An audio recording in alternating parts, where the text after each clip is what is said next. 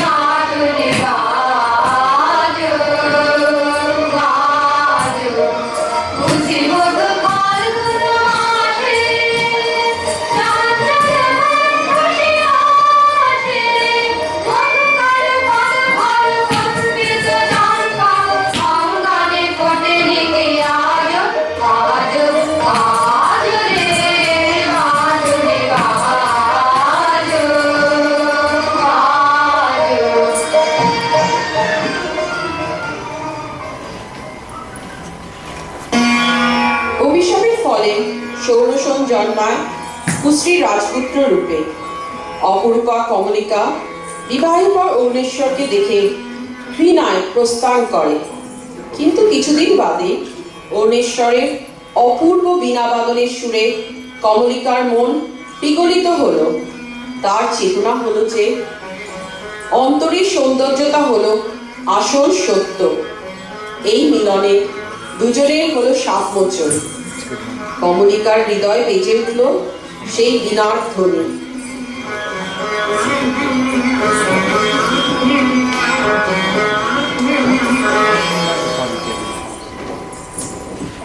মোর বেলায় ওঠে কোন সুরে বাজে, কোন নবচঞ্চল ছন্দে। মোর বেলায় ওঠে কোন সুরে বাজে, মম অন্তর কম্পিত আজি। নিখিলের হৃদয় স্পন্দে, মোর বেলায় ওঠে কোন সুরে বাজে। আসে কোন করুণ শান্ত, পরিপিত সমকান্ত। আলোকের বীরতে বলান্ত, মুখরিত অধীর আনন্দে। মোর বীণায় ওঠে কোন সুরে বাজে, অম্বর প্রাঙ্গণ মাঝে নিঃস্বর মন্দির কুঞ্জে।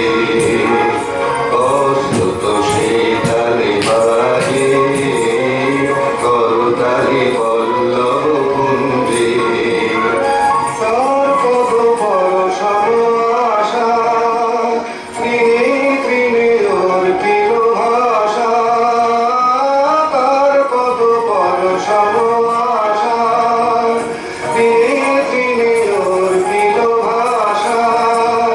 সমীরণ বন্ধন হারা, উন্ময় কোন গন্ধে। মোর বীণায় ওঠে কোন সুরে বাজে।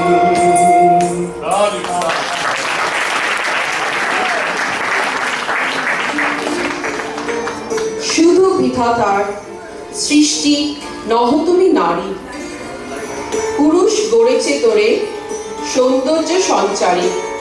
আপন অন্তর হতে লজ্জা দিয়ে সজ্জা দিয়ে দিয়ে আবরণ, তোমারে দুর্লভ করি করেছে গোপন।